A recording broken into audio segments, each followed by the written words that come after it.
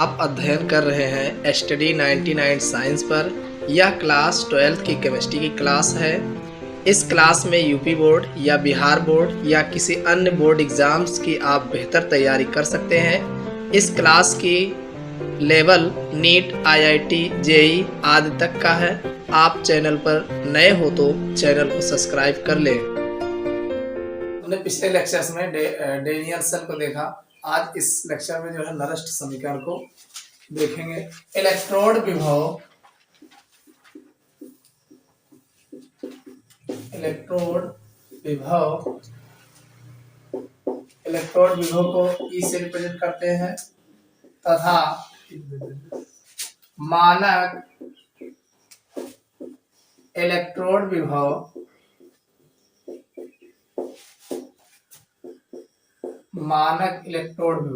इसे जो है ई जीरो से प्रदर्शित करते हैं में संबंध,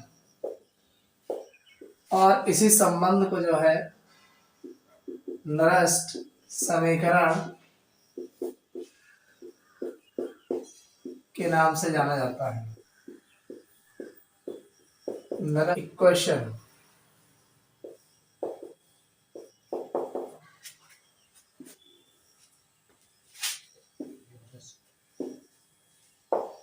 ने कहा कि इलेक्ट्रोड विभव तथा मानक इलेक्ट्रोड विभव में संबंध। इलेक्ट्रोड विभव को ई से रिप्रेजेंट करते हैं और मानक इलेक्ट्रोड विभव को ई जीरो से रिप्रेजेंट करते हैं, और दोनों के संबंध जो आते हैं इसे जो है नरस्ट समीकरण के नाम से जाना जाता है। किसी धातु का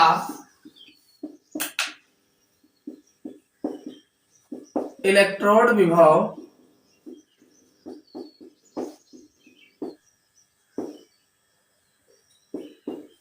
को उनके मानक इलेक्ट्रोड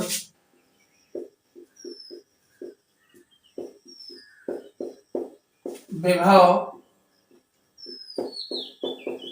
ई जीरो से 25 डिग्री सेल्सियस ताप पर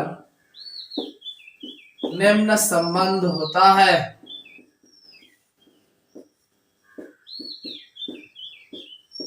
निम्न संबंध होता है। माना कि इलेक्ट्रोड क्रिया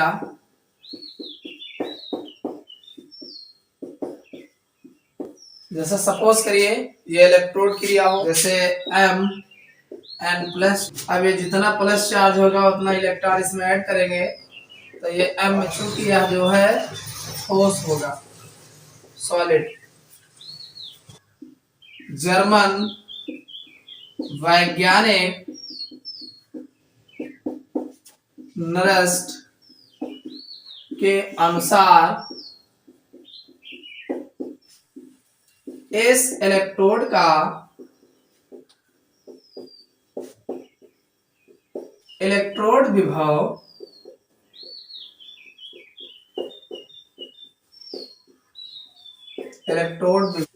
निम्न समीकरण से ज्ञात कर सकते हैं। निम्न समीकरण से ज्ञात कर सकते ई बराबर E zero 2.303 RT upon NF log base 10 ऑक्सीकृत अवस्था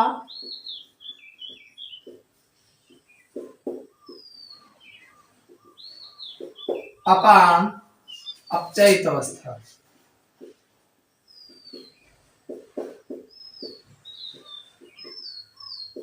इसको ऐसे भी लिख सकते हो, ई बराबर ई जीरो माइनस, यहाँ पे प्लस होगा, माइनस नहीं होगा, plus 2.303 RT upon NF log M N plus 4 अपान M। ऐसे भी लिख सकते हो, परंतु ठोस की मोलर सांद्रता एक लेते हैं, अरे ठोस की जो है मोलर सांद्रता एक लेंगे तब, तो यह आपका आ जाएगा E बराबर E0 plus 2.303 RT upon NF log base 10 m n plus charge. 25 degree Celsius ताप पर किसी धातु का इलेक्ट्रोड विभव तथा उसके मानक इलेक्ट्रोड विभव में निम्न संबंध होता है। माना कोई इलेक्ट्रोड क्रिया हो रही है, क्या है कि Mn प्लस चार्ज था, उस पर एक उतने जितना प्लस चार्ज है उतना इलेक्ट्रॉन ऐड किए तो एक कन्वर्ट हो गया M में, सॉलिड में जाएगा, अरे जितना चार्ज होगा चार्ज न्यूट्रलाइज हो जाएगा ना, तो ये सॉलिड बन जाएगा। अब जो है जर्मन वैज्ञानिक नरस्ट के अनुसार जो इलेक्ट्रोड तथा इलेक्ट्रोड मानक इलेक्ट्रोड विभव में जो संबंध होता है E बराबर E0 plus 2.303 RT upon NF log base 10। ऊपर होगा ऑक्सीकृत अवस्था, नीचे होगा अपचयित अवस्था। तो इसी को दोबारा जो लिखा गया है E बराबर E0 plus 2.303 RT upon NF log, देखो ये लिखा गया पहले ऊपर वाला Mn प्लस चार्ज, फिर नीचे लिखा गया M, समझ में आ गया अपचयित अवस्था। अब समस्या ये है कि ठोस कह दिए ना, यहाँ ठोस, तो ठोसों की मोलर सांद्रता एक लेंगे, नीचे पता लग गया रख दोगे क्या आ जाएगा, यही तो आ जाएगा, तो ये है। अब इसमें क्या कौन है अगर लिखना चाहो, E, जहां E बराबर इलेक्ट्रोड विभव, इलेक्ट्रोड विभव E0 बराबर मानक इलेक्ट्रोड विभव वोल्ट में मापा जाता है और इसको भी वोल्ट में मापा जाता है। R बचा है, R बराबर गैस स्थिरांक है, क्या है गैस स्थिरांक। T बराबर परम ताप, T क्या है N बराबर इलेक्ट्रोड अभिक्रिया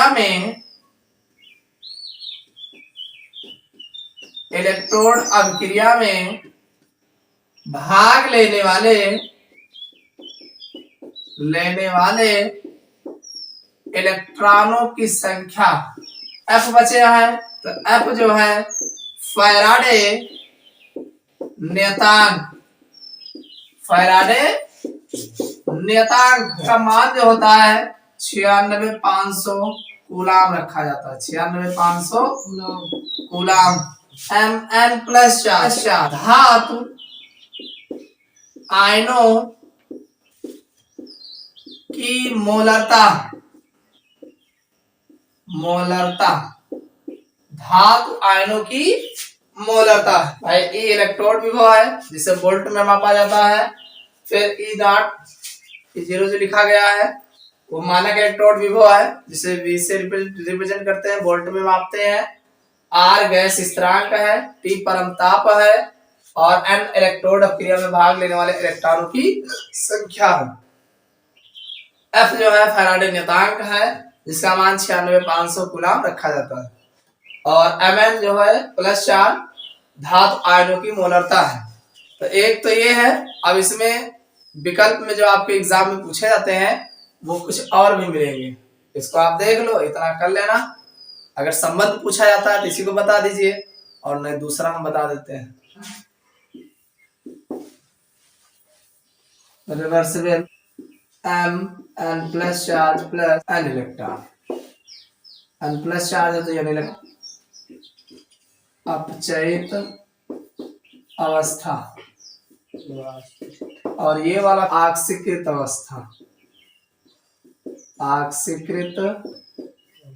अवस्था, ठीक। अपचयित अवस्था को जो है रिड्यूस्ड स्टेट और इसको जो है ऑक्सीडाइज्ड स्टेट बोला जाता है, ठीक। इसी को मान लीजिए कोई धातु है, पलट करके अगर लिखते हो जैसे Mn plus charge N electron, अभी हमने इसको बताया था, तो M में चेंज हो रहा है, इसका रिड्यूस स्टेट होगा, ऑक्सीडाइज स्टेट होगा, वही तो होगा। अरे इसको इधर कर ले, इसको इधर, ठीक। नरेस्ट इक्वेशन देखना है आपको।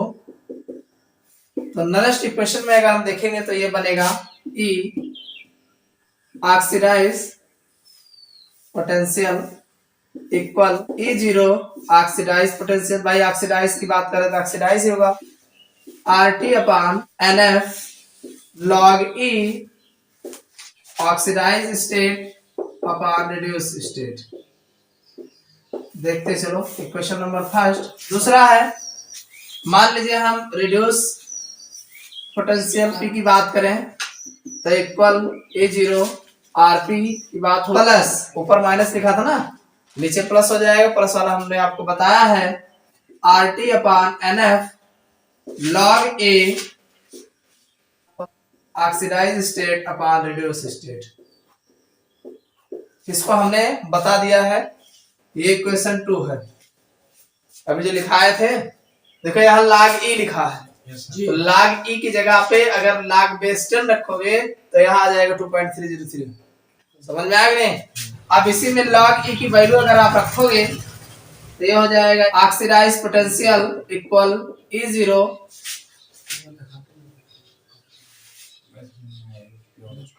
E0 oxidise potential minus 2.303 RT upon NF log base 10 oxidise state upon reduce state.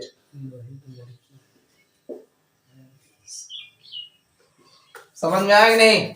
हमने यहाँ E की जगह पे log बेस 10 लगा दिया, वैल्यू रख दिया, बाकी ये जो ऊपर वाला था वही सेम है, ठीक है। E oxidise potential equal E not oxidise potential minus 0.059 upon N log base 10 oxidise state upon reduce state. R और T, R गैस स्थिरांक है जिसकी वैल्यू आप जानते हो 8.314। टी का मान लीजिए आप रख दीजिए 35 डिग्री सेल्सियस या 35 डिग्री सेल्सियस रखोगे, तो रखने के बाद यहाँ पे सॉल्व करोगे, F फैराडे 96500 रखोगे, तब सॉल्व करने के बाद ये जो है आपका आ जाएगा। समझ में आओगे नहीं? ये इसी पे R और T और F की वैल्यू रख करके सॉल्व किया गया है। अगर आप रिड्यूस पोटेंशियल लेते हो, ये RP वाला, तो RP वाला जो लोगे तो E नॉट RP हो जाएगा, यहाँ माइनस से जगह प्लस हो जाएगा 0.059 अपान N और log बेस 10, बाकी वही हो जाएगा ऑक्सीडाइज स्टेट और रिड्यूस स्टेट। समझ में आया कि नहीं? ये सब जानने के लिए है, कर लो, बाकी जो हमने लिखा दिया है वही ठीक है। रेडॉक्स विभव, ये भी कभी कभी पूछा जाता है, बड़ा आसान है। रेडॉक्स पोटेंशियल, रेडॉक्स जानते हो क्या है? रेडॉक्स जान जाओगे तो विभव भी जान जाओगे। एक होता है रेडॉक्स अभिक्रिया, एक होता है रेडॉक्स अभिक्रिया। जब ऑक्सीकरण और अपचयन दो अभिक्रिया होती है ना, और एक में इलेक्ट्रॉन निकलता है तो ऑक्सीकरण होता है और दूसरे में इलेक्ट्रॉन जुड़ता है तो अपचयन होता है। तो जब ऑक्सीकरण और अपचयन दोनों प्रक्रियाएं एक साथ होती है तो उस अभिक्रिया को जो है रेडॉक्स अभिक्रिया बोलते हैं। समझ में आ गया नहीं? जब ऑक्सीकरण और अपचयन अभिक्रियाएं दोनों एक साथ होती हैं तो उसे हम रेडॉक्स अभिक्रिया कहते हैं, इसे ऑक्सीकरण अपचयन अभिक्रिया कहते हैं। तो यहाँ बात किसकी हो रही है? रेडॉक्स पोटेंशियल की, रेडॉक्स विभव की। जब किसी सेल में ऑक्सीकरण और अपचयन दोनों अभिक्रियाएं होती हैं तो इसके विभव को हम जो है रेडॉक्स विभव कहते हैं। समझ में आया? बात वही होगी, बस यहाँ जो बताने जा रहे हैं उसी को बता देंगे। जब किसी सेल में ऑक्सीकरण तथा अपचयन दोनों अभिक्रियाएं होती हैं तो इससे उत्पन्न होने वाले विभव को हम रेडॉक्स विभव कहते हैं। जब किसी सेल में ऑक्सीकरण, अरे बात हम इलेक्ट्रोकेमिस्ट्री पढ़ रहे हैं तो सेल ही तो पढ़ रहे हैं तो वही तो बात करेंगे। और अपचयन दोनों अभिक्रियाएं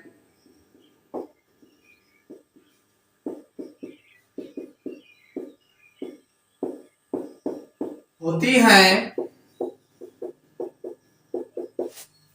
तो इसके विभव को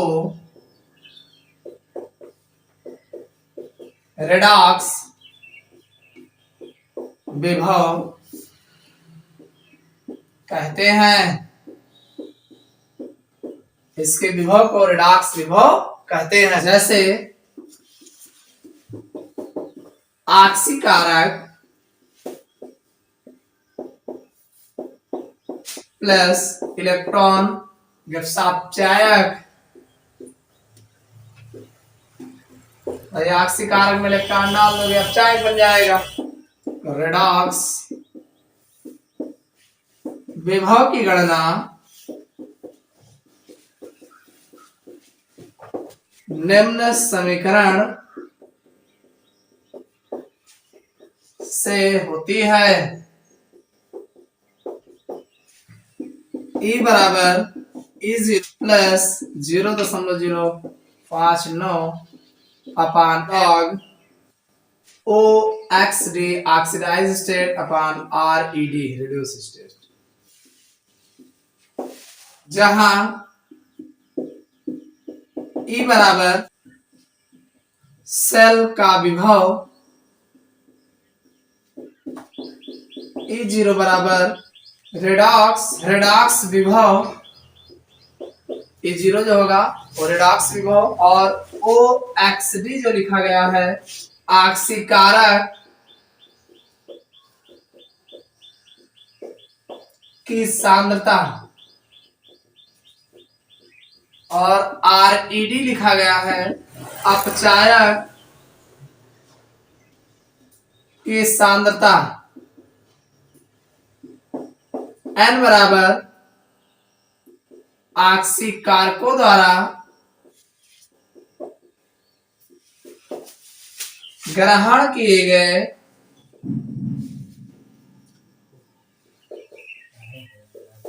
इलेक्ट्रॉनों की संख्या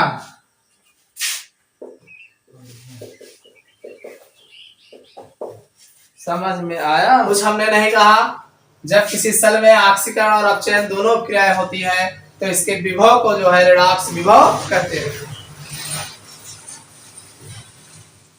जैसे ऑक्सीकारक प्लस इलेक्ट्रॉन फिर अपचायक में चेंज हो जाएगा। अब रेडॉक्स विभव की गणना जो है निम्न समीकरण से होती है। E बराबर है 0 plus 0.059 upon n log oxidise अपान रिड्यूस्ड। फिर दिया है E जो है सेल का विभव है और E0 रेडॉक्स विभव है, और XT मींस होता है ऑक्सीकारक की सांद्रता, और RED जो है अपचायक की सांद्रता है, और N ऑक्सीकारकों द्वारा ग्रहण किए गए इलेक्ट्रॉनों की संख्या, कितने इलेक्ट्रॉन ग्रहण किए जा रहे हैं। विद्युत वाहक बल, इसे बोलते हैं इलेक्ट्रो मोटिव फोर्स। देखो इसको समझ लो, कुछ है नहीं इसमें, थोड़ा समझ लो। जैसे एक कंप्लीट सेल जो होता है दो हाफ सेलों को मिला के बनाया जाता है। दो अर्ध सेलों को आपस में जोड़ करके एक कंप्लीट सेल बनाया जाता है। तो अब जब दो अर्ध सेलों को आपस में जोड़ के एक कंप्लीट सेल बनाते हैं तो कंप्लीट सेल में होता क्या है भाई, एक पर ऑक्सीकरण होता है और दूसरे सेल पर अपचयन होता है। तो ऐसा क्यों होता है भाई, एक का जो है ऑक्सीडाइज पोटेंशियल जो होता है, या आप कह सकते हैं इलेक्ट्रोड विभव जो होता है अधिक होता है, और दूसरे पर इलेक्ट्रोड विभव कम होता है। यही तो होता है। और यही कारण से तो जब ऐसा होता है और दोनों को आप जोड़ते हो तो जोड़ने पर क्या होते हैं कि जिसका इलेक्ट्रोड विभव अधिक होता है वो कम की ओर गमन करते हैं। भाई जब इलेक्ट्रोड विभव अलग अलग है तो अधिक इलेक्ट्रोड विभव वाला कम इलेक्ट्रोड विभव की ओर गमन करता है। तो गमन क्यों करता है भाई, बराबर के चक्कर में करना कि हमारा ज्यादा है उनके कम है, तो उतारमा जब पूरा कंप्लीट सेल होगा, कंप्लीट सेल में जो है इलेक्ट्रोड विभव बराबर होने के चक्कर में वो गमन करता है। ठीक है। अब जब गमन करता है तो अब जैसे मान लो इनके 20 है उनके 40 है, 20 तो एक्स्ट्रा हुआ ना। तो जो एक्स्ट्रा इलेक्ट्रॉन यानी बराबर होने के बाद जो एक्स्ट्रा इलेक्ट्रॉन बचते हैं यही धारा की प्रवाह में सहायता करते हैं, यही धारा प्रवाह बनाते हैं। समझ में आया नहीं? जो इलेक्ट्रॉन्स अधिक होते हैं ये धारा प्रवाह बनाते हैं, तो इसी धारा प्रवाह में जो भाग लेते हैं इसी के कारण विभवांतर उत्पन्न होता है। सेल में इसी अतिरिक्त इलेक्ट्रॉन के कारण जो है जारे जब वो इधर से उधर जाएंगे तभी तो विभवांतर उत्पन्न होगा। तो यही विभवांतर उत्पन्न करते हैं जिसे हम विद्युत वाहक बल जो है कहते हैं। समझ में आ गया नहीं? इसे विभवांतर को है विद्युत वाहक बल कहा जाता है। इसे जो है ईएमएफ यानी ईएमएफ इलेक्ट्रोमोटिव फोर्स कहा जाता है। इसे जो है वोल्ट में रिप्रेजेंट किया जाता है, विद्युत वाहक बल को वोल्ट में रिप्रेजेंट किया जाता है। इसे ई सेल द्वारा जो है लिखा जाता है। विद्युत रासायनिक सेल में दो अर्ध सेलों को जोड़ने पर इलेक्ट्रॉन एक इलेक्ट्रोड से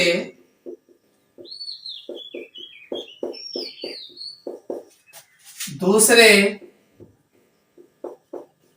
इलेक्ट्रोड की ओर गति करते हैं। ऐसा इस कारण से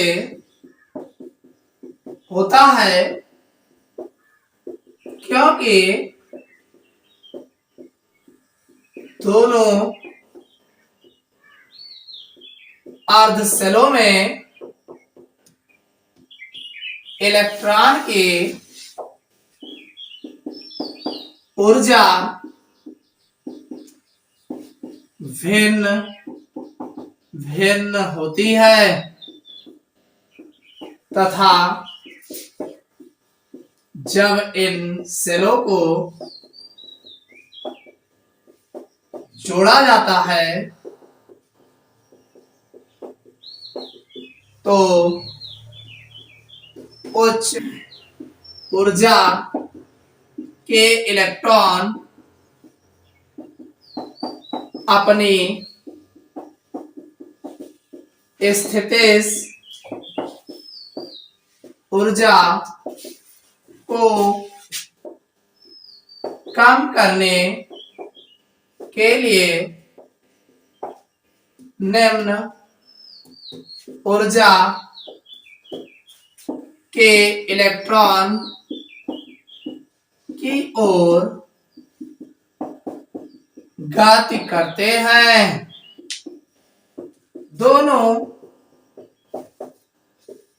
अर्ध सेलों की ऊर्जाओं का अंतर दोनों इलेक्ट्रोडों के बीच विभवांतर में मापा जाता है तथा इसकी इकाई वोल्ट होती है। इसे इस सेल द्वारा प्रदर्शित किया जाता है। अर्ध सेलों के बीच उत्पन्न विभवांतर ही सेल में इलेक्ट्रॉन प्रवाह के लिए उत्तरदायी है। इसे सेल का विद्युत वाहक बल EMF कहते हैं। हमने कहा किसी विद्युत रासायनिक सेल, कोई भी रासायनिक सेल है, में दो अर्ध सेलों को जोड़ने पर, भाई दो अर्ध सेलों को जोड़ते हैं तो इलेक्ट्रॉन एक इलेक्ट्रोड से दूसरे इलेक्ट्रोड की ओर गति करते हैं। भाई दो अर्ध सेलों को जोड़ोगे तो इलेक्ट्रॉन एक ओर से दूसरी ओर गति करते हैं। ऐसा इस कारण से होता है क्योंकि दोनों अर्ध सेलों में इलेक्ट्रॉन की ऊर्जा भिन्न भिन्न होती है। भाई हर एक दोनों सेलों में जो ऊर्जाएं होती हैं वो अलग अलग होती है, तथा जब इन सेलों को जोड़ा जाता है तो उच्च ऊर्जा के इलेक्ट्रॉन अपनी स्थितिज ऊर्जा को कम करने के लिए निम्न ऊर्जा के इलेक्ट्रॉन की ओर गति करते हैं। भाई जब जोड़ोगे तो ऊर्जा अलग अलग बराबर करने के चक्कर में वो गति करेंगे। आगे दिया है दोनों अर्ध सेलों की ऊर्जाओं का अंतर। अब जो अंतर आएगा ऊर्जाओं में तो वही कहा गया दोनों अर्ध सेलों की ऊर्जाओं का अंतर दोनों इलेक्ट्रोड के बीच विभवांतर में मापा जाता है। समझ में आ गई? जो डिफरेंस आएगा उसे विभवांतर में मापा जाता है। अब इस विभवांतर को जो है वोल्ट में रिप्रेजेंट करते हैं, इसे ई सेल द्वारा लिखा जाता है। अर्ध सेलों के बीच यही जो उत्पन्न विभवांतर होता है सेल में इलेक्ट्रॉन प्रवाह के लिए उत्तरदायी। अरे वही जो विभवांतर होगा वही तो इलेक्ट्रॉन को स्थानांतरित करने के लिए उत्तरदायी होगा, और इसी को सेल का विद्युत वाहक बल कहते हैं, इलेक्ट्रोमोटिव फोर्स कहते हैं। समझ में आ गया? इसमें कुछ दोनों में अंतर है। कौन कौन से? जैसे विद्युत वाहक बल और विभवांतर में अंतर दिया गया है, पढ़ लीजिएगा आप लोग। ऐसे हम बता देते हैं।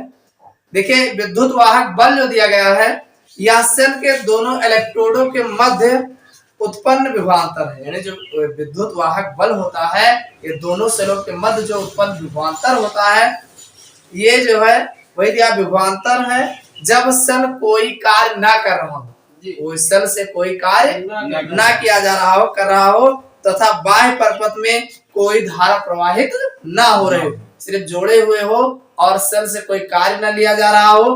अब इसमें जो है लिखा है बाह्य परपथ में कोई धारा प्रवाहित ना हो रही।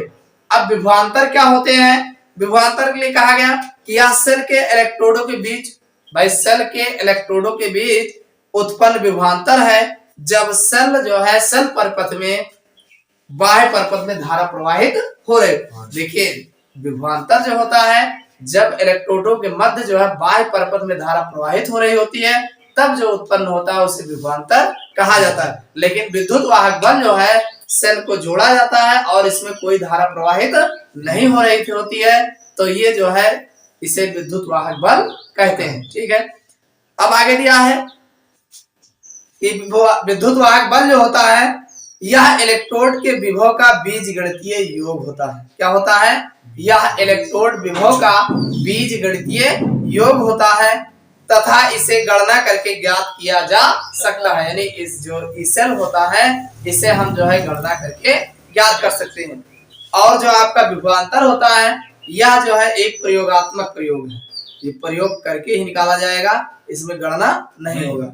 आगे दिया है कि विद्युत वाहक बल जो होता है यह सेल से प्राप्त होने वाले विभव का उच्चतम मान है। यानी जो विद्युत वाहक बल होता है सेल द्वारा जो अधिकतम मान होता है इसी को विद्युत वाहक बल कहा जाता है। भाई कहते हैं इस सेल का अधिकतम कितना वैल्यू है, तो जैसे ये आपकी निप्पो वाली बैटरी होती है 1.5 वोल्ट की होती है, तो ये मेन इसका इलेक्ट्रोमोटिव फोर्स है। ठीक है, और जो इसका विभवांतर की बात है इसका मान EMF से कम होता है, इलेक्ट्रोमोटिव फोर्स से कम होता है। आगे दिया है कि इसे ज्ञात करने यानी विद्युत वाहक बल को ज्ञात करने के लिए ई ऑक्सीडाइज व ई रिड्यूस पोटेंशियल को विभव मापी की सहायता से ज्ञात करते हैं तथा उनके योग से EMF निकाला जाता है। और जबकि जो है विभवांतर जो है इसे सीधे वोल्ट मीटर से मापा जाता है। समझ में आया कुछ कि नहीं? देखिए ई सेल जो होता है ई सेल, हाँ ई सेल अभी बताया ना, यही तो है। ई सेल जो होता है ई ऑक्सीडाइज पोटेंशियल प्लस ई रिड्यूस पोटेंशियल, दोनों को जोड़ लोगे तो ई सेल हमें जो है प्राप्त हो जाएगी। ठीक नहीं दिया गया है, सिर्फ दो अर्ध सेल मिलाएंगे एक सेल बना होगा और उस दोनों अर्ध सेलों के ऐसा जैसे एक सेल से क्या लिखा है कि सेलों को जोड़ने पर इलेक्ट्रॉन एक इलेक्ट्रोड से दूसरे इलेक्ट्रोड की ओर गति करते हैं। अरे वहां सेल में कहा रहते इलेक्ट्रॉन रहते हैं, एक ओर से दूसरी ओर गति करते तभी धारा प्रवाहित होती है। इलेक्ट्रॉनों के स्थानांतरण से ही धारा प्रवाहित होती है। ठीक है, अब बात आती है ऐसा काहे का होता है कि इधर से निकल के उधर जाता है। तो ऐसा इसलिए होता है कि दोनों अर्धसेल जो अर्धसेल होते हैं, दो अर्धसेल होते हैं, इनकी ऊर्जाएं अलग अलग होती है। इनकी ऊर्जाएं अलग अलग होती है।